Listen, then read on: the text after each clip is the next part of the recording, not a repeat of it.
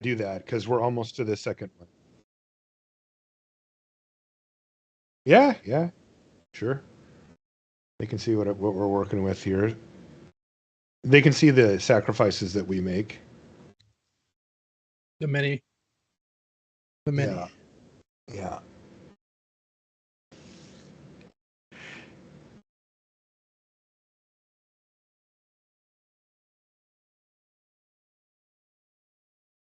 Are we live yet? Cool.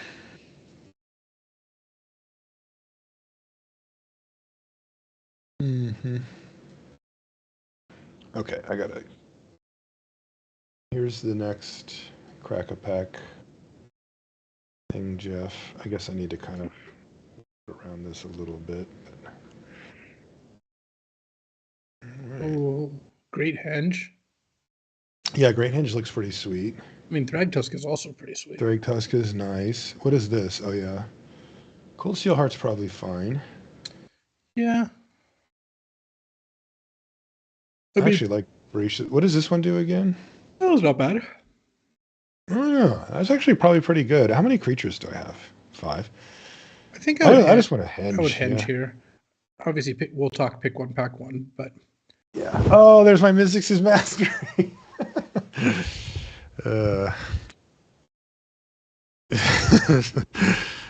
This pack sucks.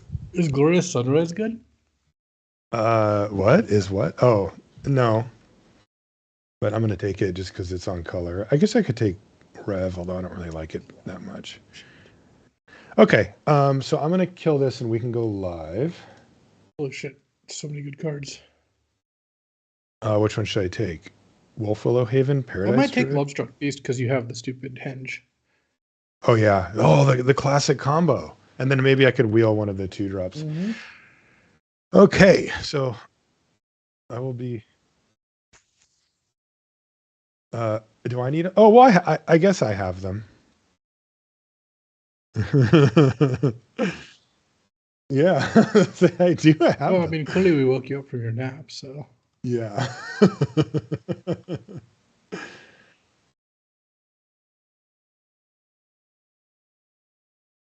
Oh no.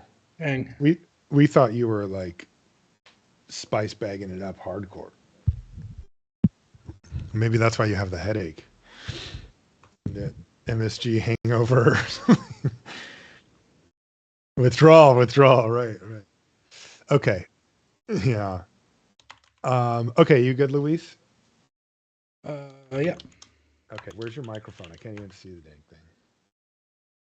Give me a check. You were hot last week. Check. Yeah, check. This is Mic check. Better. What does Abundant Harvest do? Oh, that card. Yeah, Abundant Harvest isn't bad. Titan of Industry. Oh yeah, I'll take that.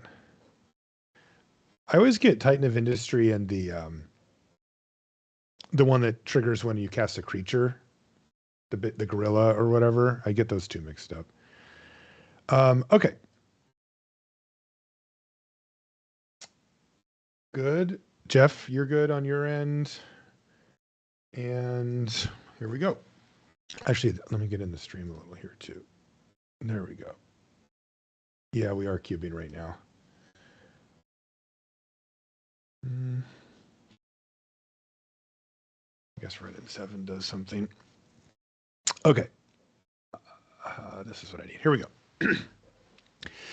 What is up, everybody? Welcome to another episode of Limited Resources. This episode number 679. My name is Marshall, one of your Limited Resources, and joining me on the line, all the way from Denver, Colorado, it's Luis Scott-Vargas. Luis, the season of Cube is upon us. We've got the Arena Cube out now, and I think Vintage Cube is coming back soon on Magic Online too. Yeah, looking forward to both of those, of course. I mean, the Arena Cube, we've had it in our hands for about a day. And, well, we'll get to it in a second, but we got Arena Open this weekend featuring that cube, the first Cube Arena Open. So that's obviously hype. And then Vintage Cube season, of course, everyone's, waiting for that. Yes, a very Merry Cubes Miss to you and everybody listening. We're going to be talking about the Arena Cube this time for people that haven't yet dove in, or if they're looking to get a little bit of last minute prep work done for the Arena Open this weekend. We're going to talk about it in depth today on the show. So that's going to be the topic here. Before we get into that, let's talk about our sponsor, TCGplayer.com. They're joined by Channel Fireball, and they've teamed up to create a subscription that every Magic player needs. You can get exclusive CFB Pro content and free shipping and tracking on direct by TCG player orders, plus bonus bucks and awesome promos at TCGplayer.com. And that's just $6.99 a month. That's right. You get access to CFB Pro plus all the extra stuff for just $6.99 per month. So make sure you check that out. There's a link in the show notes to that if you're interested in it. There's also just the general link for the affiliate link, as they call them. So that's, if you click on that in the show notes, either on the website or on your phone or wherever, it'll just take you to TCG Player, but it like flags you that we're the ones that sent you over there and it helps out the show. So if you do that, if you're going to make any purchases, we do appreciate it. And we want to thank TCG Player and Channel Fireball for their support of the show. The show's also brought to you by you via the Patreon. It's patreon.com/limited resources. Thank you to everybody who joined the Patreon recently. We really do appreciate it. If you want to join, you get a thank you card and a limited resources sticker in the mail. And we really appreciate everybody who joins. You also get access to some cool extra features like the Patreon question of the week post. This one comes from Melissa, who says, "Hello, Marshall and Luis. I hope you're doing well. I have a friend who nearly always plays 16 lands in his draft decks and often does very well, but we always tease him when he complains about being mana screwed. Can you describe your process for determining how many lands you should run in a deck and how often you should go for fewer than 17? I mean, the way I look at it is 17 is the default. Absent any other information, just put 17 lands in your deck. And in fact, if you always put 17 land in your deck, you're probably not making much of an error, if at all. Like let's say you look at 100 drafts, the average should be pretty close to 17. If you just play 17, you're probably not making a big mistake. That said, there are times when it's fine to play 16. 16 is the second most common number I play, which is basically decks that don't have that much in the way of high end, where it's not going to hurt too much if I don't have my 5th land on time. I maybe don't have anything that costs 6. Those are the decks that I'm more likely to play 16 in. And then once you get to lower land counts, there you're talking more about mono or near mono color decks, because part of the reason we play 17 lands isn't because we need 17 lands to function exactly. It's partially because of mana considerations, where if let's say you're playing blue green, just like a normal curve deck, if all your lands are tropical islands, if they all tap for blue or green mana, you just got access to infinite tropical islands, you could probably play like 15 lands. Yeah, but because you need to have a certain number of islands and forests, to say most decks are just all basic lands, maybe one non-basic, you trend towards 17 because you want to make sure you draw one island, one forest every game. So if you've watched me stream or talk about these decks, sometimes if you draft like mono red, you play 15, 14 lands. Mono red also happens to have a low curve, or mono white. Like these decks, when you're monocolored, can often go down in land count because they have lower curves, and also because they don't need to worry about drawing, a swamp and a mountain each game. So when it's just mountains, play 15 mountains. In fact, I think your default monocolor land choice should be closer to 15 than anything else. Right. And then the one other wrinkle that we should add in here for Melissa is if you're playing specifically on Arena Best of One, right? There is a hand smoothing function, right, that will sort of look at 2 opening hands and pick the slightly more balanced land one. That means that you mulligan far, far less in Best of One than you do in real life or in traditional draft. And that often means that you can, assuming you have a relatively normal curve, that you can often get away with playing 16 lands in that scenario rather than the 17. So you should keep that in mind as well, that what you're really doing in real life in a traditional is you're wishing you were playing 16, but you're leaning towards 17 to be safe and to cover all the bases that Luis described. But when you don't need a whole lot to get you to kind of, okay, I'm going to lean back over to 16, right? You would actually prefer to do what your friend does and play 16, but it usually doesn't work out as in terms of both of the things that Luis described, which is just raw land count. How many lands do you need to function? But then also individual instances of colors, right? How many blue mana sources do you have in your deck? Sometimes you need to add an extra land so that you can get to enough. So keep that in mind, that in my mind, it's useful to kind of understand which way you're leaning, even if you end up staying on 17 the majority of the time, because the times when you can lean away from it will become more apparent. And arena best of one is one of them. And then the other one is simple too. It's just if you have a very low curve, right? Then you can sometimes get away with 16 or fewer. Yeah, and then there's also, it's worth talking about the other side of that, which is sometimes you want to play 18 lands. And that's, or even 19, and that's when you have like a high curve deck with lots of ways to sink mana into the various things. And you end up in a spot where it's actually worth playing slightly more lands than normal, though again, that doesn't come up very often either. Right. That's not, yeah, those are things that are fairly rare, and you should be thinking of them as the exception. But when they do come up, it is important for you to know about them and to act on them. So great question, Melissa. Thanks for that. Luis, let's do a couple of crack-a-packs here. And this is going to kind of lead us into our broad strokes discussion of the Arena Cube. And I'll start off by saying, before we do the crack-a-packs, that there is an Arena open this weekend that you mentioned at the top there, Luis, and it is draft for both days, and it's Arena Cube for both days. That is absolutely, we've talked about. Wait, it's draft on day one? It is. Oh, that's even better than I thought. Yeah. So it's not some weird sealed. It is draft on day one. And this thing is, I mean, this is the pure dream, right? I mean, we have now entered, like, if I told you, hey, Wizards of the Coast is coming out with a new digital client for Magic, you'd be like, great, I've had enough Magic Online or whatever. So here we go, right? Then it comes out, and then I said, okay, they're going to do booster draft on it. Okay, here's booster. Okay, you're already pretty happy, right? You're like, all right, I can draft on this thing. It's on my phone. I'm happy with where this is at. But man, if I said, well, what would you really like? You might start with like, well, boy, if I could play like a weekend tournament for real money, like that would be pretty cool. Okay, well, dream bigger, right? And the end game for Luis and I would be, if I can play a competitive cube weekend tournament where I could win $2,000 from my home or on my phone, as Luis somehow does, that's it, right? Like that to me is there is nothing I would want more than that. Right. That to me is the pinnacle for what I could expect from a digital product like this. And we have it now. Like this weekend we have reached the Holy Land, and it is a 2 days of cube draft for thousands of dollars. Couldn't be better than that. Yeah. I mean, if you told me, 5 years ago that I'd be able to cube draft for thousands of dollars from my phone without having to at my leisure, without having to commit to an all-day tournament or anything like that, I would be like, or fly. Yeah, I'd be like, what is going on? But no, that's where we're at, and I'm pretty stoked for it.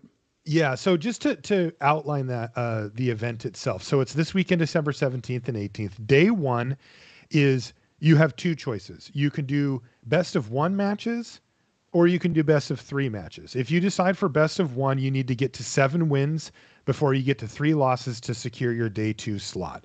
If you play best of 3, you need to get to 4 wins before you get to, I can't remember. Is it single elim? Yes, 1 loss. Single. Yeah. So before you get to a single loss. So it's a little hardcore there. You have to go 4-0 in best of 3s to make it. But that is a thing that can happen. So that's day one. And then day 2 is similar to the last one we did. In fact, it's the same as the last one we did, where you show up, you do the early morning draft. And yes, you do have to register between 6 and 8 a.m. Pacific, blah, blah, blah. So it's kind of tough.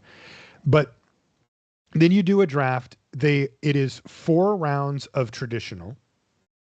If you get either a 3-1 or a 4-0 record, you will advance to the second draft on Sunday. But there is a difference.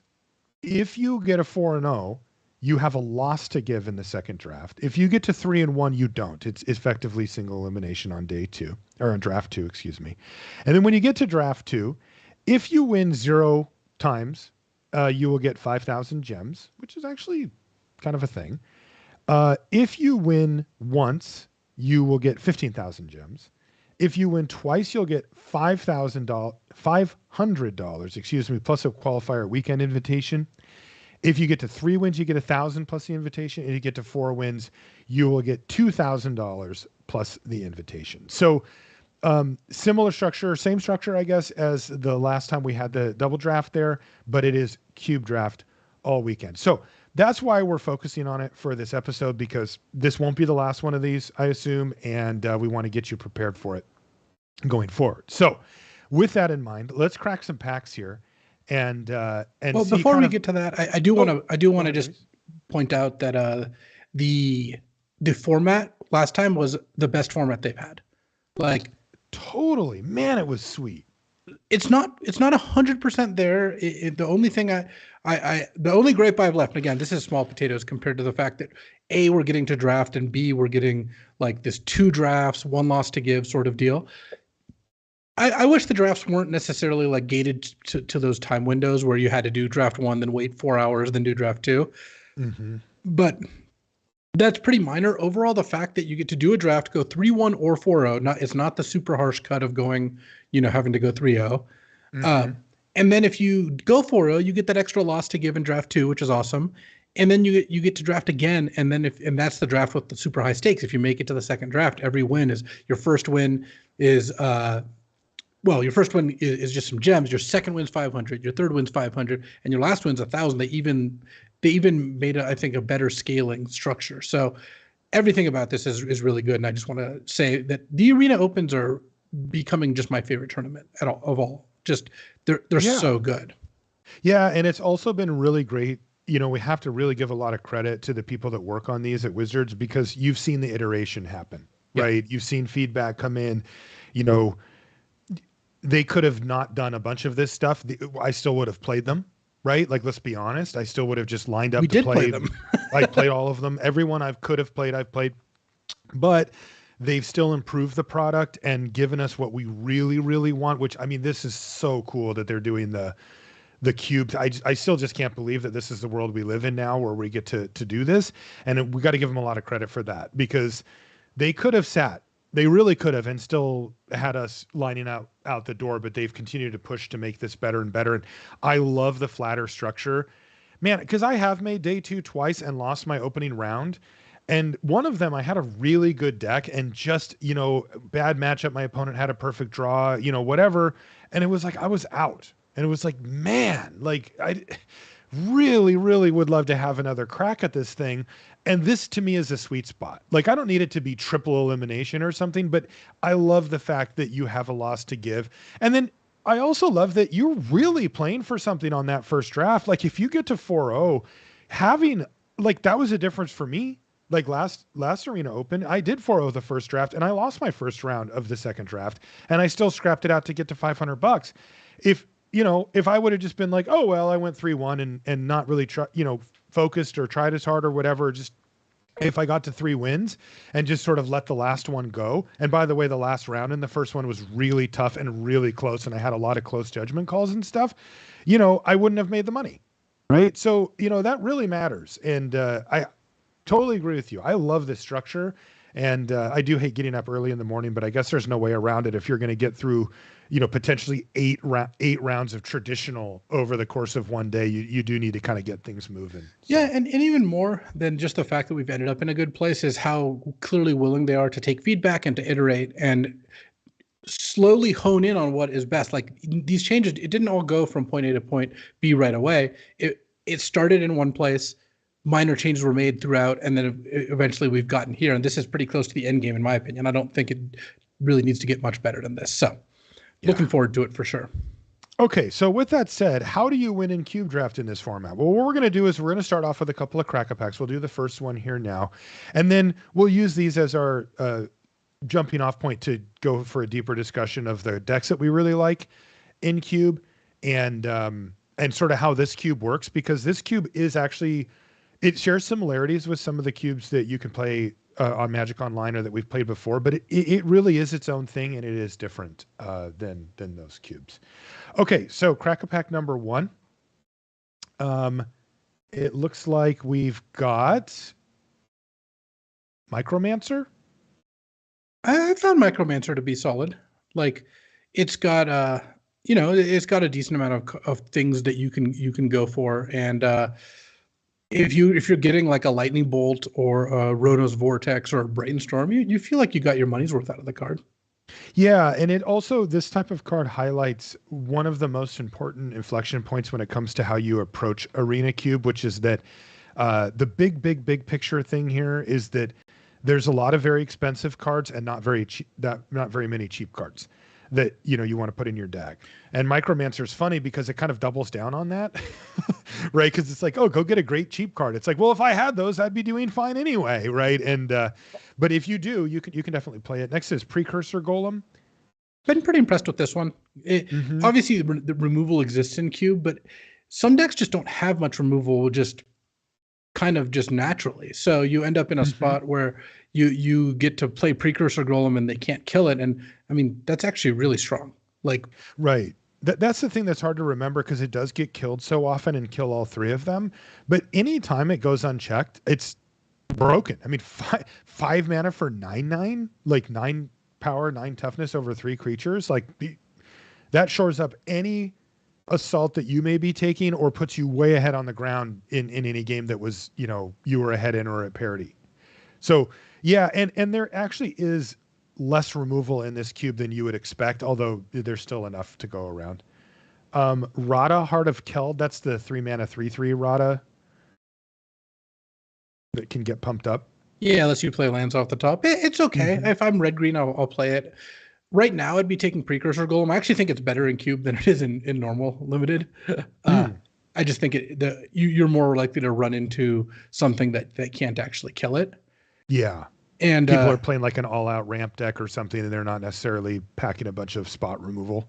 Yeah, so I'm pretty happy taking also a colorless card instead of like a double colored card. I'm not really interested in taking double colored cards if I can avoid those.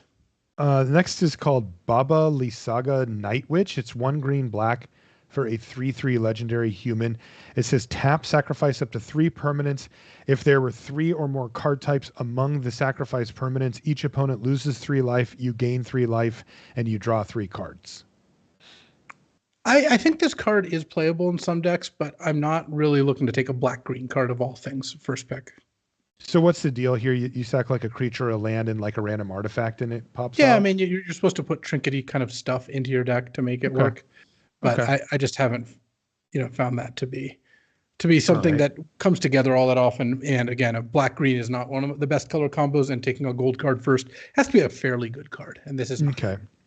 This next card is just proven itself to just be on rate on raw power alone. Worth it in most decks of really any format. It's Isika's Chariot. I mean, card's just a house. Like, it is just an absolute beast of a Magic card. Yeah, I mean, there's basically 3 kinds of classes of cards. There's the cheap cards that cost 1 and 2 mana. There's the mid-range cards that cost 3 and 4 mana, and then there's like 5 plus up to 9, as we'll see in this pack. And I think that Isika's Chariot is like one of the better cards around 4 mana because it's hard to answer with 1 card. Frequently, it'll leave back the equipment, even if they do answer the cats, and that's still, as we've seen in Standard, pretty good. And puts a lot on the board. It really gives you the kind of start you're looking for. So right now, my pick's Isika's Chariot. I don't mind first picking that card. Yeah, it's also nice because if you do pick up a lot of the ramp in a cube like this actually comes at the 2 mana slot. So you do something on 2 that gets you to 4 mana on turn 3. And this is a very nice thing to play on that turn. Next is, one of my pet cards in the format. It's Double Vision. So this is the 3 red enchantment that lets you copy your first instant or sorcery spell each turn and choose new copies.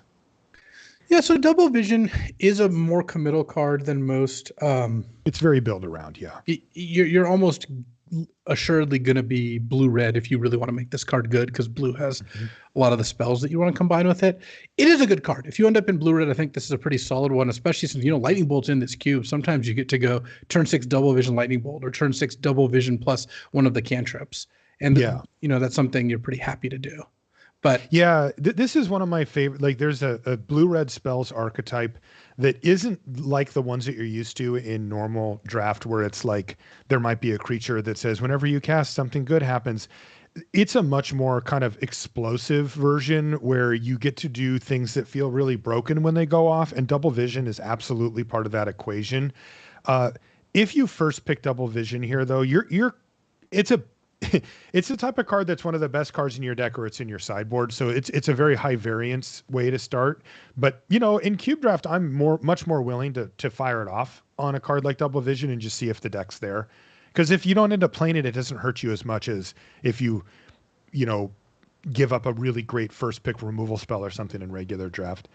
All right, so the other end of the spectrum here is Bomat Courier. That's the 1-mana 1/1 haste, and whenever it attacks, you can start tucking cards under it and sack it and discard your hand, and then you get those cards. This is kind of a mono red staple.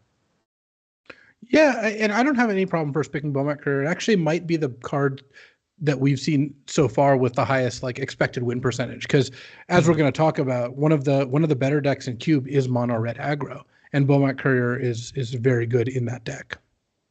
Yeah. So if you're inclined to go for that, and look, if you're playing for thousands of dollars, right? Yeah, Double Vision's a fun card, but you might want to lean towards Bomat Courier and just get people dead. Next card is Inquisition of Kozilek. It's solid. I mean, this is a good card. It's a 1-mana card that can kind of disrupt their early plays. There's a couple of reasons I don't really like this card. One of them is that I find black to be one of the weakest colors to start with. I think that it's fine to play black, but it's not really one of the colors I consider a base color. I consider green, blue, white, and red all base colors. Black less, like the least of all five. I don't think there's a great base black deck. I play against mono black fairly frequently, but I don't think it's very good.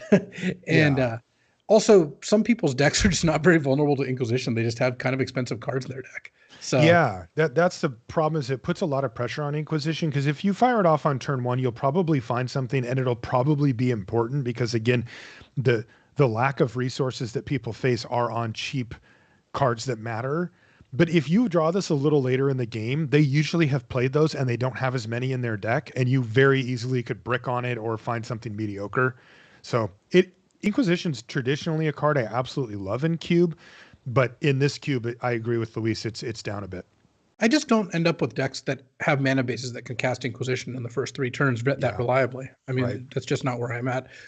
Which is another strike against Altar of Ball, which is the this is like a reanimation attempt. Well, it's 3 mana for a 4/1 black skeleton token with menace, and then it has adventure, and then if you can also cast the as the altar, which is 1 and a black, and you can pay 2 black, tap, sack, or exile a creature you control to return a creature from your graveyard to the battlefield at sorcery speed. At sorcery speed. And yeah, I mean, there is a black-white tokens, Bastion of Remembrance, Blood Artist style deck, and people do play that deck sometimes. I don't think that deck is that great, honestly, so I wouldn't take Altar of Ball. No, I've never seen this card do things ever. Hopeful Initiate is next. This is the white 1/2 with training, and you can pay 2 and a white and remove 2 +1/+1 counters from among creatures you control to destroy an artifact or enchantment. I mean, if you're in a white aggro deck, I would probably run this guy, but I'd never find myself in that spot in this Cube. I feel like, in the regular Cube, the white-based aggro decks are the most kind of underrated, highest performing archetypes. They're usually number one. It's usually actually just the best deck you can draft in Vintage Cube and in Legacy Cube and stuff ends up being white-based aggro, but I haven't seen that quite as much here. What's your take on white-based aggro in this? Oh, I think it's quite good, and I think if you're going to play the Arena Open this weekend, you'll run into more of it. What do you think about Initiate in it? Great card. I mean, you're really happy to play it. The whole strategy with these decks is to play something the first 3 turns of the game, including turn 1. So Hopeful Initiate fits right into that strategy. I think Bomat Courier is better for mono red than Hopeful Initiate is for mono white. So unless you had a specific reason to take one of these, I don't think that I would take the Hopeful Initiate over Bomat Courier. Of course, the next card is even more so. That's Elite Spellbinder, Apollo's invitational card or Worlds card. 2 and a white, 3/1 flying, and when ETBs, you get to look at their hand and exile a card, and they cost an additional 2 to play. This card's great because this card is great in the White Weenie deck. Slow down their Wrath, slow down whatever their 4-drop is or whatever. And it's still good in something like White Blue. It's, I think, just a good card. Yeah, it's a much more flexible option. Speaking of, you mentioned it earlier, by the way, 9 drops. Portal to Phyrexia is in this Cube now. And that's the 9-mana artifact that ETBs, and your opponent sacks 3 creatures. At the beginning of your upkeep, you put a target creature card from a graveyard onto the battlefield under your control, and it becomes a Phyrexian as well. So this is, just a classic, fantastic ramp payoff, right? Just like a great way to shore up a board state and take over a game late if you can get to 9 mana. And you absolutely can in this cube. The issue is that 9 mana is a lot more than 7, right? Like it's multiple turns usually for most decks before you can get to that 9 mana versus like 7. And most likely you're going to be able to find a 7 mana spell that will also more or less win you the game. It won't do quite as much as Portal. Portal is kind of a slam the door on the game type of card. But, if you get to cast it 15% more often, the 7 drop, and it wins only a few percent less, it's better. So I feel like just a straight up 9 drop that's non-negotiable, like there's no prototype or no way to, make it cheaper, is probably not where you want to be, even though this card is like pretty obscenely powerful. Well, the way I see it is, because all the things you said are true, there are decks I would put Portal to Phyrexia in and be happy with. I've had these ramp decks that are like really like, excellent at ramping, but I'm not going to start by doing that. Like, that's not the first place I'm going to be. So I'm not that interested in first picking Portal to Phyrexia. This is a card, if it wheeled in this pack and I was green ramp, or I saw it in a later pack, I'm a lot more interested. But in this pack right here, I think it's just off the table. You're supposed to take Precursor Golem, Masika's Chariot, Beaumont Courier, Elite Spellbinder. These are all valid picks. I would not consider Portal to Phyrexia a valid pick right here. Yeah, and one way we can describe this Arena Cube format is the shortcut that we often tell people for cube ramp decks, right, is to deprioritize finishers, because those are usually easier to come by, and prioritize the important early stuff like the ramp cards or the ones that interact really well, or the kind of one-offs, cards like Oracle of Moldiah or something, right, that are just hard to replace. Like there's not that many cards that have an effect like that. And so those usually get picked over, some generic 7 or 8 mana finisher in that color sphere. You take that and amplify it. It's that same approach. It's that same idea, but it's even more so in this cube than it is in the others. Taking Portal Phyrexia, the only argument that you could make is that it's colorless, right? So that like if you're ramping, you can get to it, but that does not hold up. You are 100% going to be able to find finishers. So you have to focus on either the super cheap stuff that we mentioned, or like the cards that you just mentioned that are in this pack, which are harder to replace. Like there isn't really another Precursor Golem, right? Like if that card's going to be good in a matchup, it's going to be great in the matchup, and you'd much prefer that. Also, it's not even colorless. It's a green card. So yeah, that's true. In 9 mana, it just is green. That's a great point. Yeah. Portal Phyrexia, not this time. Speaking of green cards, the World Spell. I'm just not interested in the World Spell. No, I think it's bad. I think it's just actually not a good card. It's the 7 mana saga. You get to look at the top 7 and put a permanent into your hand twice, and then you can put 2 permanents into play, all non-saga for chapter 3. This is like the opposite of what I want. I spend 7 mana and I don't affect the board at all. Yeah, I need it now. Silverback Elder. This one's okay. This is the 2 GGG, so it's green intensive, but it's only 5 mana, and you get a 5/7, and whenever you cast a creature spell, you can choose one of 3. You can gain 4 life, destroy an artifact or enchantment, or look at the top 5 cards of your library and put a land card from among them onto the battlefield tapped, and then the rest on the bottom in a random order. So you can get a land, you can naturalize something, or you can gain 4 life whenever you cast a creature. And it's a 5/7. It's huge. It's hard to kill. And the key here is that it's only 5 mana if you're heavy green or mono green. Yeah, it's a okay card. I'm not really that interested in taking it over Masika's Chariot. I think that'd be crazy. That's insanity. Yeah, it's much better. Our last card up for this first crack a pack is Awaken the Woods. I'm interested in this actually. So this is a green X sorcery where you get X/1/1 green forest dryad land creature tokens. Bunch of Dryad Arbors. You get a bunch of Dryad Arbors. Basically, on the board, they're basically Llanowar Elves. They tap for a green, though they do count as lands for whatever purposes. If something cares about that. I think this card's probably good. I haven't really played with it. I've played against it once, and then I wrathed, so it didn't really do that much. But I think the card is probably fine overall. I think the question is how. So the way I look at it is, what does it do on 3 mana and what does it do on 7, right? So like, what does it do kind of at the earliest time I can cast it and have it affect the board? And it's a Llanowar Elf for 3. So that's really pretty bad, right? Yeah. Like that is a very tough pill to swallow, although at least it does something would be kind of the answer there. And what does it do at like the 7 mana slot? Well, you get 5/1/1s. Now they do make more mana if that's relevant, but like, is this the type of card that I can use as a finisher in my ramp deck? No, what this And it's card not. does is it lets you cast Ulamog and Portal to Phyrexia. Right. Right. That's or some Exactly. X spell for 1,000,000. Like, Right. so it's kind of a win more in the sense that on 6 mana, which is where your finishers want to start, you just cast another ramp spell, but it does ramp you to 10, 11 mana.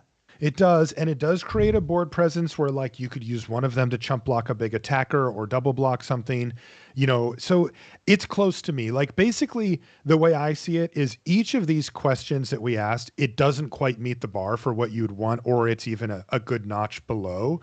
The question becomes, if I give you all of those in one card, would you play it? Would you play a very mediocre ramp spell? Would you play a pretty mediocre finisher? Would you play a pretty mediocre mid-range spell, but you get them all wrapped up in one card?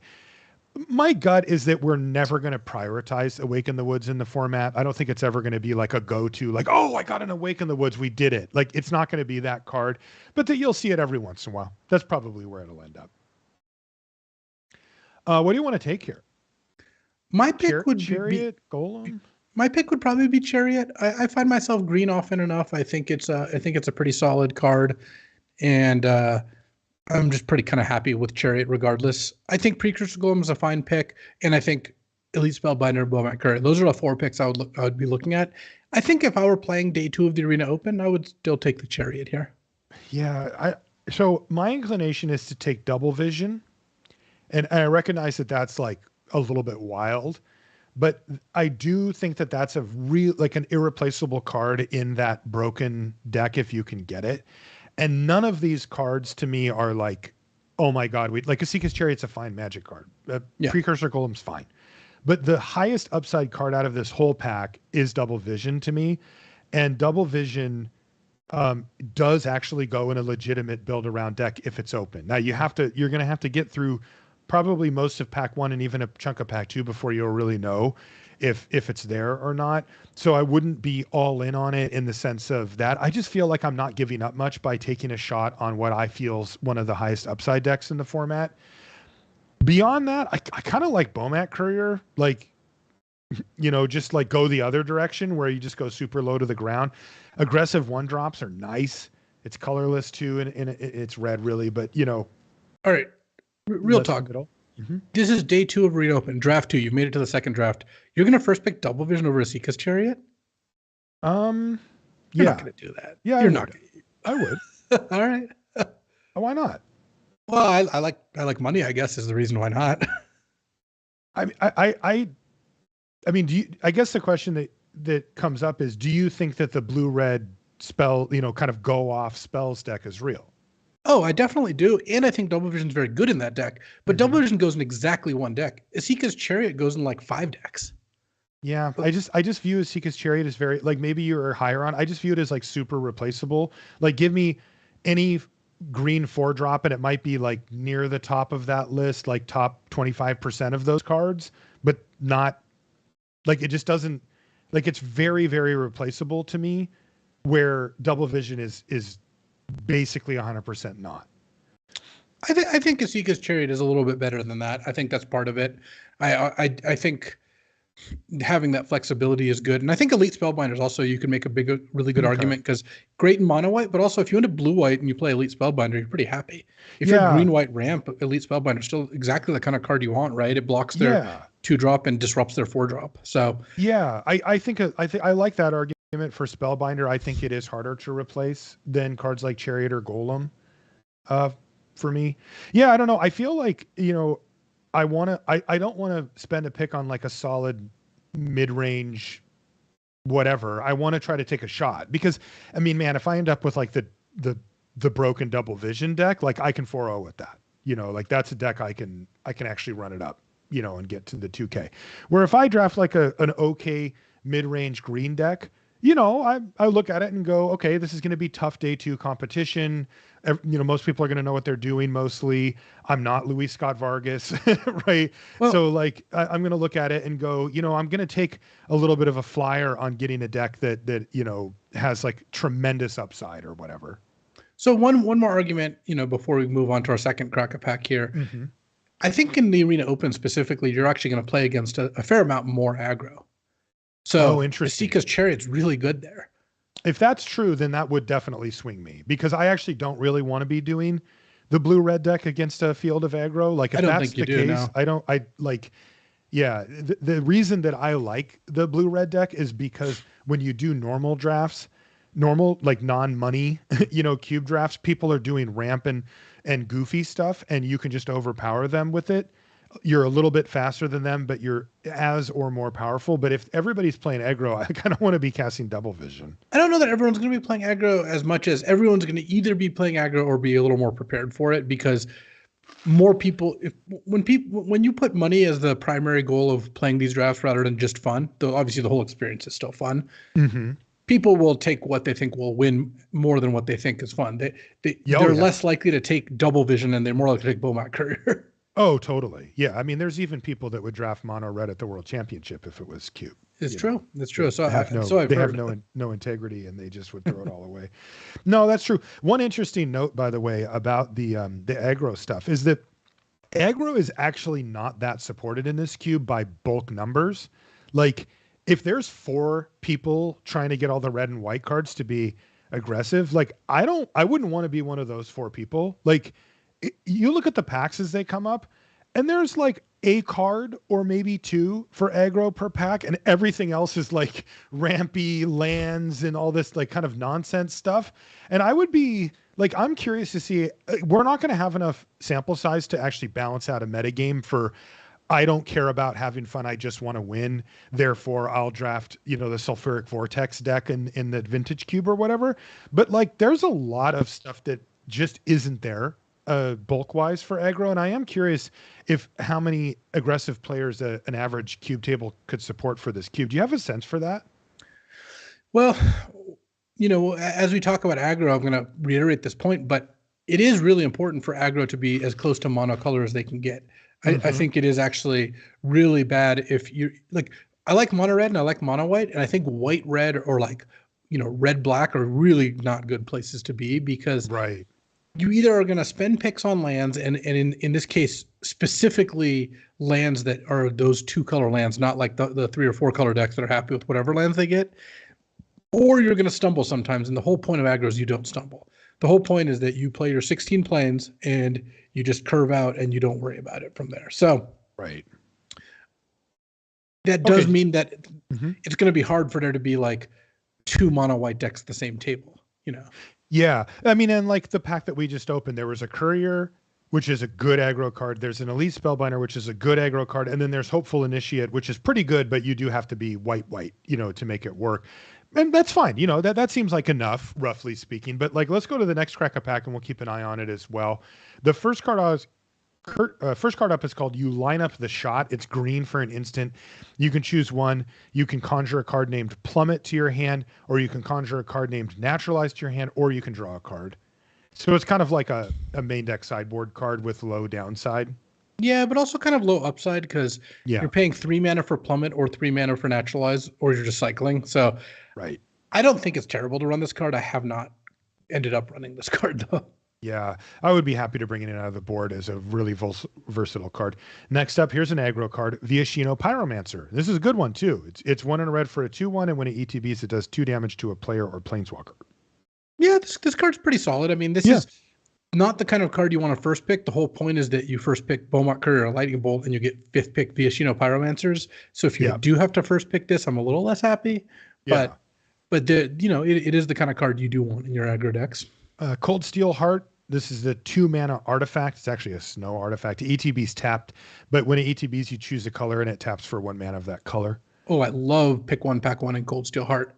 It's exactly what every deck except aggro wants. If you end up in aggro, you don't want this card. But does your red green ramp deck want it? Yes. Does your blue white control deck want it? Also, yes. It's just blue red spells is actually on the lower end of wanting this because you'd rather just go opt into Lightning Strike, into Counterspell or whatever. But like they'll still play it and be very happy with it. So plus And it it's doesn't colorless. it does not commit you in any way. So Yeah. yeah, pretty high on Cold Steel Heart. It's going to take something pretty good to get me away from taking this first pick. We've also mentioned how important ramp is. It's a heavily supported archetype in the format, and the importance of playing relevant things on turn 1 and 2 when you can. And this just covers all those bases. Next is Mephit's Enthusiasm. I don't know if I know this card. This is 1 and a red for a sorcery. It does 4 damage to target creature or planeswalker. If excess damage was dealt this way, note the excess damage. Then you get a boon with when you cast your next creature spell, it perpetually gets +X+0 where X is a noted number. So God, basically, can I just burn these cards in a never-ending fire of Mephit's Enthusiasm? This is just ludicrous. I mean, look, it's basically a Flame Slash, a 2-mana Flame Slash, Lava Coil, whatever, and then for every excess damage, your next creature gets that as a power boost. Yeah, it's a fine card. I mean, this goes well in your ramp decks or your blue-red spells decks or your mono red aggro deck. It's good in all those. Probably even the best in the aggro deck because I had someone cast this on my 2 toughness creature and then play Krenko, the one that when you attack makes that many tokens for its power. So that's disgusting. Yeah, that was bad. But I would still take Cold Steel Heart. I don't think you're supposed to take Enthusiasm, pick one, pack one over Cold Steel Heart. There you go. And there's another aggro card here, right? Like, again, these aren't like premium, but they're, definitely playable, the Pyromancer and the Enthusiasm here. Next is Zagoth Triome. That's the my favorite one, the blue-black green Triome. I think taking Triomes early is fine. Mm-hmm. I'm actually a little lower on lands in this cube than I have in previous versions. I was going to ask you that. Yeah. I kind of, maybe it's just, I've done about 5 drafts so far, and I think that the lands are coming late enough that I haven't been going out of my way to get them. And agreed. That's the kind of thing where you kind of got to read the room, because if you're drafting a 3-4 color deck and other people are taking your lands, then you need to take them early to make that work. But if people aren't taking lands, then you kind of don't want to be the person first picking lands when you're not supposed to be taking lands early. Right. And that's the kind of thing that we'll sense out. But my sense is the same as yours early, which is that I haven't had to prioritize lands. Also, I haven't drafted 4 or 5 color decks. It doesn't seem like you're really incentivized to do so here. There's not that many payoffs. There are a few here and there, but I haven't been like, all right, here we go. First pick Zagoth Triome, off to the races. It's been more like I'm 2 colors with a splash, something like that. And my decks felt plenty powerful. Stomping Ground is next. So similar discussion there. Thragtusk. So here's an anti-aggro mid-range card that's just kind of good in any deck that can cast it. I like Thragtusk. I'm not unhappy to first pick a Thragtusk. I would still probably take Cold Steel Heart over Thragtusk. Mm-hmm. I think that just the non-committal nature of that, I think, is pretty strong, because sometimes you first pick Cold Steel Heart and your second pick's Teferi, right? The blue-white Teferi, and then your third pick is time wipe, and then you get Elspeth Conquers Death, and then you get a counterspell, and you're like, wow, I'm really glad I took Cold Steel Heart. Yeah. Of course, Thragtusk and Teferi, you can play them both in the same deck too. I'm not saying you can't, but I, for the most part, am not looking to take, if 2 cards are comparable, taking the colorless card is usually a pretty good idea. Gallagreeters is next. This one's actually kind of interesting to me. This is the 1 in a green 1/1, and whenever another creature ETBs under your control, you can choose one that hasn't been chosen this turn. You can put a +1/+1 counter on this guy, or you can get a tapped treasure token, which is like, that's a big upside. And then against aggro, you can gain 2 life. So like if you're a green-based creature deck, like not fully on the ramp end of things, but a little bit more towards the, I'm going to be playing out creatures like Thragtusk and stuff like that. I keep emphasizing that you want to prioritize good plays on turn 1 and turn 2, and this is actually pretty good. Yeah, no, I think if you have enough other cheap creatures that you're getting good value out of this, like you're triggering it every turn, then yeah, this card's great. If your opponent can't kill it, like getting a treasure every turn, getting 2 life against aggro, those things can be very potent. Yeah, for sure. Fires of Invention is in this cube. Is this just try to ramp up the nonsense factor here, or is this a card we should actually pay attention to? Oh, I like that. I had a 6-win deck earlier today that used fires. It was like a 4-color deck, and if your deck is primarily playing at sorcery speed, like you don't have a bunch of interactive like counterspell type cards, then having fires as a way to just play 2 spells a turn, not have to worry about color requirements or spend mana on other things, Golos is the classic combo. though Fires also gates you on those cards. But Mm-hmm. overall, I think Fires can be pretty good. I wouldn't first pick it, but Okay. I'm still on Cold Steel Heart followed by Thragtusk here. But I think Fires is one to keep an eye on. If you're, red X mid-range, red green X mid-range, and you've got a lot of expensive sorcery speed spells, yeah, Fires can be really good. Do you play more card draw in Fires of Invention decks? So card draw is weird in Fires decks where Mm-hmm. if you draw too many cards, you're just going to end up with a bunch of cards you can't cast. Right.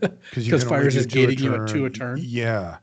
But on the other hand, if you use card draw, then Fires really helps you maximize your mana. Where like if you have 6 lands in play, it's letting you play 12 mana worth of cards a turn if you play 2 6-drops or that sort of thing. Yeah. Also, you're down a card when you play the Fires, so you want to make sure you still have some action to actually put down. Anyway, interesting. Next is Witch of the Moors. This is a 3/black 4/4 with Death Touch. And at the beginning of your end step, if you gained life this turn, each opponent sacrifices a creature and you return up to 1 target creature card from your graveyard to your hand. This card feels a little lost in the cube, but when it triggers, it's insane. Like it's actually super powerful. Like you're like, wait, what?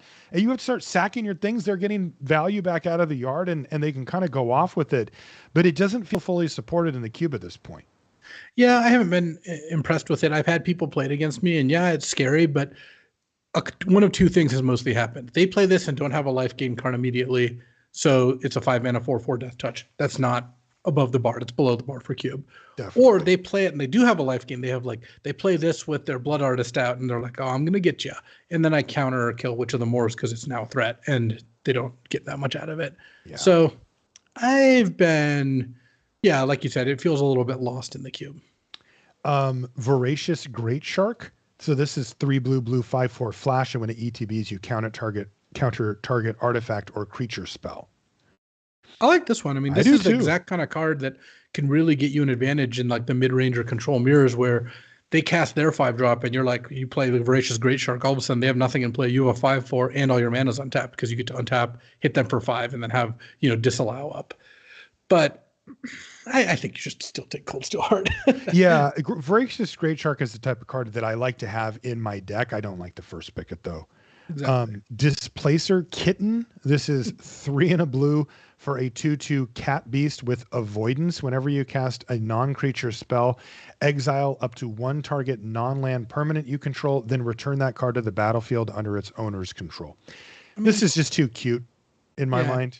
Like nominally there's like a blink deck, but I don't think that's actually true. A 4 mana 2/2 creature, right, that needs me to cast non-creature spells to blink my non-land permanents, but let's be realistic, mostly creatures.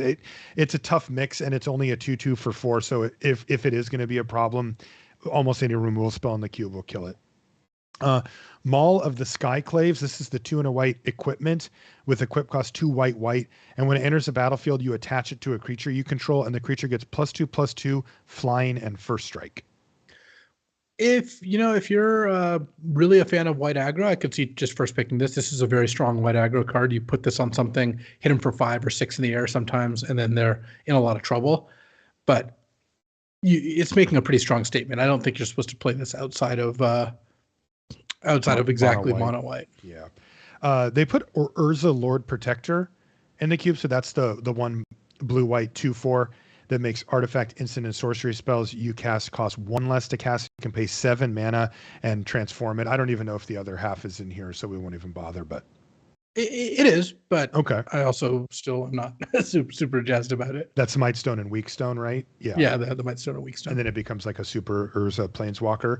How do we feel about it? Just straight up 3 mana 2/4 that makes stuff cheaper. Not particularly good. And then our last card it's a really nice one. It's the Great Henge. Remember this one? 7 green for a legendary artifact.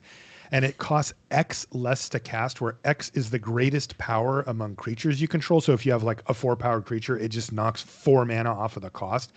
And then what this thing actually does is it taps for green, and you gain 2 life.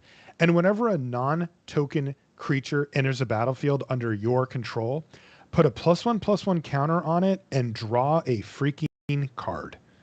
if you want a ramp target, if you want a thing that can absolutely take over a game, the Great Henge is definitely on that list. Yeah, I mean, this is a card that takes it's not the most onerous of build arounds. It just means have a bunch of creatures in your deck. You want Thragtusks and Lovestruck Beasts and that sort of thing. But I think that first picking it is just, look, in the right deck, this might be the best card in this pack. Where there's some decks where you add your red green ramp deck that has a lot of creatures in it. Great Henge is just amazing, but I don't think you're supposed to first pick it over Cold Steel Heart or Thragtusk. Those are the two cards I keep coming back to that I think are just the best to first pick here. Yeah, I actually would take Cold Steel Heart out of this pack. I really value the fact that it hits this format exactly where it needs to be hit, and also keeps you open. Like, that is just, there's not that many cards that meet that criteria, and I would take it. And again, the pressure I feel, how when you draft normally, you feel pressure to get removal, right? There's something in the back of your head that says, like, I need to check that box where I have 2 or 3 or maybe 4 removal spells in my deck. Like, if I have a deck that has no way to remove my opponent's threats, I'm going to have a hard time winning, regardless of how good my threats are. And so you feel that when you sit down to draft, you're thinking in the back of your head, like, I got to get some removal, got to pick up some of this stuff. When it comes to this cube, it's not removal, it's 2 drops. It's things that matter on that low end. And so if I can check one of those boxes early, I'm really happy to do so. Yeah, I think that it gives you the freedom, kind of like you said with the Seeker's Chariot. Like, part of the reason you didn't want to first pick it is it felt like it's a lot more replaceable. And that's true. I think that there is some truth to that, where if you first pick Cold Steel Heart, if you first pick Counterspell, if you first pick Lightning Bolt, you're just opening the door for you to take good cards later and be pretty happy with those cards. That's right. And in Cube, that is usually the name of the game, right? A lot of times we'll recommend taking lands early in the Vintage Cube or in the cubes on Magic Online, for example. Like, why? Well, even if you're passing good stuff early, if you pick up those lands and cover your bases, then for the next 2 packs, you can do whatever you want. And while that isn't quite the case in Arena Cube, if you do pick up those early board, the cards that do the things you want to do early in the game for 1 and 2 mana, that'll allow you to take the big payoffs later. So we talked about that in broad strokes. Let's talk about some of the best decks, though. What are some of the stuff that you like to see or that you like to try to go for in this Arena Cube format? One of them is just these green multicolor ramp decks. And there's a lot to talk about there. First of all, you can pair green with, I think, almost any color and have a decent ramp strategy. The one I've liked the most, if I had to pick one, is actually green-red, because red complements it nicely with early removal, which is one of the really big parts that the deck is missing. So you've got Flames of the Firebrand, Pillar of Flame, Fiery Impulse, Lightning Bolt, Mephit's Enthusiasm, even things like Magma Quake. And you're combining those with your green ramp and then your big cards. Plus, Chandra, Torture Defiance is one of the best cards in the cube. So I have liked green-red ramp, though green-blue is fine, green-white is totally fine. Green-black I draft a little less, but even then, you could have early black removal, and there's good ramp payoffs in every color. So that's part of it. And sometimes these decks are 3 colors, 4 colors, whatever it is, because you end up in a spot where you're able to just use the green ramp spells to enable the Elspeth Conqueror's Death or the Sphinx's Revelation, Golos into anything you want, that sort of thing. This is, to me, the green-based ramp is the default deck. Like, it feels like the people who built this cube had that in mind on some level, right? It's like pretty well supported. There's a ton of great green payoffs. I know it's not true, but it actually just feels like there's more green cards in this cube than any of the other colors. I don't know why, but green there's an emphasis on it. Yeah, and a lot of the best early plays, mid-range plays, and late plays all happen to be green, right? You've got your 2-mana accelerants, even 1-mana accelerants in some cases. And then you also have, your Oracle of Moldias and Vivian Reed's Thragtusks, Seeker's Chariots, all those things. So really cool stuff to be done with these green decks. Yeah, if you like ramping, this is a sweet cube. What about the other types of decks? So we mentioned it before, but mono white, mono red aggro are both quite strong. The goal with these aggro decks and just in general when you're looking at these is to go 1, 2, 3. That if you can just keep that in mind, where you want to play a 1-drop, a 2-drop, and a 3-drop, or better yet, 1 drop into 2 more 1-drops if you really have the low curve. It's not to say the aggro decks don't care about the mid or late game at all. Like there are things that they prioritize for that, but the most important thing is to have a good curve. And then once you have a good curve, yeah, you then want to look at, Chandra or other planeswalkers in mono red can be really strong. Mono white can use Restoration Angel or Adeline or even Elspeth Conqueror's Death and have a legit like late game plan. But mostly what these decks are trying to do is take advantage of the ramp deck not having a ramp spell or having their third land come into play tapped, or they have one card in play starting on turn 2, and they play one spell a turn starting on, if they're lucky, turn 2, but sometimes turn 3 and 4, and you've just run them over by then. Right. I wanted to talk about blue-red spells, but did you have one other that you wanted to mention? So the blue decks, I think, are kind of their own thing, and you can expand on blue-red spells, but a blue-based control deck is what it does is it replaces the ramp elements with counter spells and card draw. Yep. So it has cards like Counterspell, Disallow, Spell Pierce, and it has, Impulse, Thirst for Discovery, that sort of thing, Behold the Multiverse. And instead of trying to play 7 drops or 6 drops, it's mostly trying to play cards that cost 4 or 5 mana and then end up in a spot where you're countering and interacting. The second color usually is there for things like Lightning Bolt, Day of Judgment, Doomblade sort of things, like interaction basically on permanents that have actually hit the board. And you end up in a spot where against the ramp decks, Counterspell is a great card because they spend their time ramping. You let them do that, and then they try to cast their 7-drop, and you counter it. It feels like a 2-for-1. Yeah, I mean, you really kind of negated their play, and there's some really cool cards. Haughty Djinn and Tolarian Serpent from Dominaria are both really nice. I've actually been really impressed with both of those. 1 mana Tolarian Terrors is just not hard to get to, and the Djinn making everything cheap, going Djinn into a 2 mana counterspell for 1 mana is really sick. And that deck can function like blue-red spells. Blue-red spells has some specific things it's doing, like you said, Double Vision and Young Pyromancer. I don't know what strategies you've liked in the blue-red deck, but blue X kind of control, where you're not trying to play a bunch of colors, you're not trying to play a bunch of expensive cards, you're trying to leverage the powerful blue cards to enable you to stop their plays and play something in the mid-game. Yeah, I've really liked blue-white, for that. You get Teferi like as a great one of the best mid to late game finishers, right? And then you get to snipe some of the cards from mono white, like we talked about Elite Spellbinder. Like a card's just great in that deck, and it's like you get to just take that, and the ramp decks don't want that. Like that's one that you could even get quite a bit later. But yeah, with the blue red spells specifically, it plays a little bit more like a build around me type thing, right? The 2 cards that really make it pop off are double whatever. Double vision that we talked about in our first Crack-A-Pack, and then Mizzix's Mastery is the other like absolute. It's the obscene blowout card, right? Because if you can get up to that 5 red overload, it allows you to cast all the cards from your graveyard at once. I mean, and also you have just the Splinter Twin Magma Opus Mizzix Mastery combo where you just that's right. Turn 2, make a treasure. Turn 3, Mizzix Mastery, and like that's going to win games against a lot of people. So you have this great play on turn 2, and also turns out to be a great play on turn 8. Yeah, that's right, and that happens a lot. And then the enablers are definitely there. You can take advantage of cheap cards like Lightning Bolt and Lightning Strike, to just finish off your opponent in some scenarios with Vision or whatever.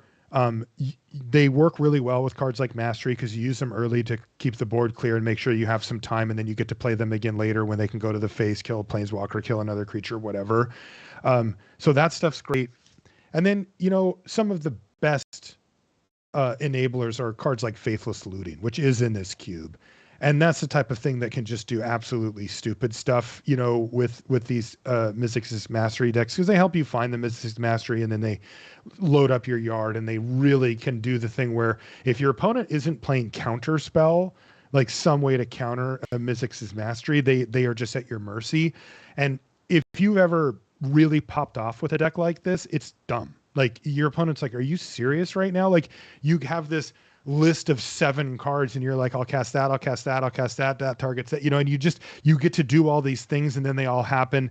And halfway through this resolving, your opponent will concede because they go, oh my God, like this is ludicrous, what's happening here. So the downside to this deck though, is that it is a build around style deck where like, if you don't pick up the Mizzix's Mastery and or the Double Vision, you take a major hit. If you're like, okay, Magma Opus, I'll take it, third pick and hope to pick up the Mastery at some point and it just never shows up or somebody else grabs it. Like a lot of the cards change value drastically in your deck and it's usually down. So, you do need to be willing to kind of get those payoffs early and then try to fill in the blanks after, where if you're going into pack 3 and you're just like, boy, I hope I open a Double Visions or a Mizzix's Mastery, like you're in trouble. Like that is not the way to do it. You really, really want to start things off with Mastery and maybe Faithless Looting ideally. And then the Double Vision you'll usually be able to pick up because it's not as good as those cards. It's just a nice one to do if you have a bunch of cheap interactive things. So I love that deck. I think the ceiling on it is super high. It pops off earlier than the ramp decks usually as well. And it has the Oops, I Win combo that you mentioned before with Magma Opus into the Mizzix's Mastery on turn 3. And that's a lot of times just too much for any deck to handle. So that's a deck that I keep my eye out for. But you really do need to kind of get lucky and get the key pieces early so that you can build a deck that way. What should people be prioritizing in broad strokes in the format? So this doesn't have to count for the aggro decks, because the aggro decks are doing kind of their own thing. Again, curve is what they're most likely looking for. Mm-hmm. But for the non-aggro decks, whether that's ramp, control, or just like the various mid-range strategies, cheap interaction, I think, is the most important. Lightning Bolt, Infernal Grasp, Fiery Impulse, Swords to Plowshares, Counterspell, Mana Tithe. Cards that cost 1 and 2 mana, especially, like 3 mana, stops feeling cheap. Cards that cost 1 and 2 mana that interact with your opponent are at a premium. These are the most important cards in the cube. Then you have like Planeswalkers, because these are among the best 3 and 4 mana plays. Kaido Shizuki, Chandra, Torch of Defiance. Like these cards are truly excellent and really get you kind of where you want to be, where you get to, like, the dream basically in this mid-rangey world is to play a card and have the opponent it answer one of your opponent's cards and then they have to deal with it afterwards. Yes. Like that is exactly what you're looking for, and you're able to do that with these Planeswalkers, where you're like, Planeswalker, do a thing, and then they have a Planeswalker left over. They haven't dealt with it yet. And then ramp are also really, really key. So these are the cards like Explorer, Cultivate, Mindstone. Mindstone and Cold Steel Heart are among my favorites because, as we mentioned, they kind of hit the colorless angle where you don't actually commit to anything by taking them. But having these cards that can let you ramp to the last category of card is really good. So these are like the cards that cost 4+ mana. So at 4 mana, you've got your Asika's Chariot type stuff. At 5 mana, you've got Elspeth Conquers Death, Glorybringer, Sky Sovereign. Like these are the kind of cards that you're really looking for. You're looking to put yourself in a position to play these cards that are like kind of haymakers. And this is where cards like Negate and Counterspell can really do some damage to you, right? You go to cast your Elspeth Conquers Death, they spell pierce it. That's like the worst case scenario. But even the Negate is pretty brutal. So that's why there's something to these blue decks. And then you go up the curve to your Ulvenwald Hydras, your Titan of Industry, Sanctuary Warden, that kind of things. And then if you're really, really ramping, there's Ulamog and Phyrexian Portal or Portal to Phyrexia. And those, I think, are legit things to cast in this format, but you have to do a lot of work to get there. Your average ramp deck won't necessarily want a 9 or 10 drop. Right. You have to really be built for it. So basically, when I open the cube, I'm looking for a combination of cheap interaction, cards that ramp me, and some decks don't need ramp as much. Like I said, one of the things about like the blue X decks is they don't need ramp as much because they have good. Most of their cards cost like 2 to 3 mana, so they don't need a ramp spell, and instead they just bridge the gap by countering your opponent's cards or killing your opponent's cards. You want some powerful cards, like blue white needs their Teferi. Blue black has things like Thief of Sanity or Cruelty of Gix. Like you want something to finish the game.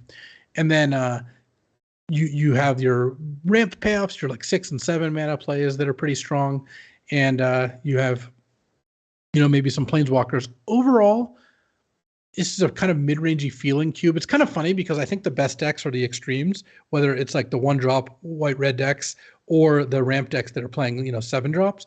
But Yeah. there's a lot of room in the middle. And honestly, a lot of the people you play against, you're just going to play against a person playing 2 of the colors of Magic, playing a bunch of cards that cost 4 to 6 mana. Yes. So I try to draft such that that's not what I am doing. I'm like a little more focused than that, whether that's like having a bunch of counter spells and playing all at instant speed, or just ignoring the middle part of the curve mostly and ramping to the big part of the curve, or going under it with aggro. But you're going to play against enough mid-range that like cards that are good in mid-range mirrors. Like if you think back to Standard, what was good in mid-range mirrors? Isika's Chariot, Sky Sovereign, Chandra. Yep. Those are Elspeth Conquers Death, and those are among the best cards in this cube as well. Yeah, if you're going to be mid-range, that's where you want to be. Yeah, the takeaways from this episode, I mean, I'm sure that you've gotten the message by now, but when you open up your first pack on Saturday and you're like, okay, I want to make day 2, what should I take here? Cheap. Prioritize it. Yes, I know it feels bad to pass some big bomb that you think is really great, but I think remember Cold Steel Heart. Like the discussion that Luisa and I had on that. We opened a pretty good pack. There was some decent stuff in there, but we were both like, oh yeah, Cold Steel Heart, there it is, right? That's the one we want to, like we both felt relieved to see that in the first few cards, because now it meant, yeah, there might be something that like totally blows us out of the water and that we just have to take. But barring that, we're going to take Cold Steel Heart. And that isn't because Cold Steel Heart is a particularly powerful card. It's actually just a very generic 2-mana ramp type card, right? They've, think about Signets, think about, they've made 2-mana ramp cards forever in a variety of different ways, artifact-based ones, sorceries, whatever. But we're excited about that because those are the types of cards that are hard to find. Those are the cards that should make the little alarm bell in the back of your head go off going, I need to pick stuff like this up. Because you can very easily get most of the way through pack 2 and do the thing where you change the orientation on arena and go, what does my curve look like? And you're like, oh my God, I have no 2-drops or 1-drops. Like I have nothing. It's just literally my curve starts at 3, right? Because if you do not prioritize it, they will not just show up, because you'll take flashier cards over cards like, 2-mana Mana Rock, right? And that's why if you get a little more experience with this cube, you recognize that those are actually the hot commodity, not the payoffs in the mid-range and the late game stuff. Those will come to you kind of naturally.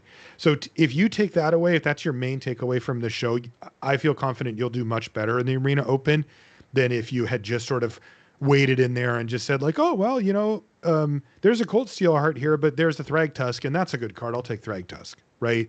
Or there's an Isika's Chariot, or there's a medium grade Planeswalker, say a 5-mana, 6-mana, Vivian or something like that. That's fine, right? That does things. And you're like, ooh, Planeswalkers, those are good. This one only costs 5. I'll take it.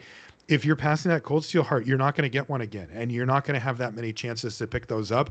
And I equate those early interactive cards and the early ramp cards to how you feel about removal in a regular draft.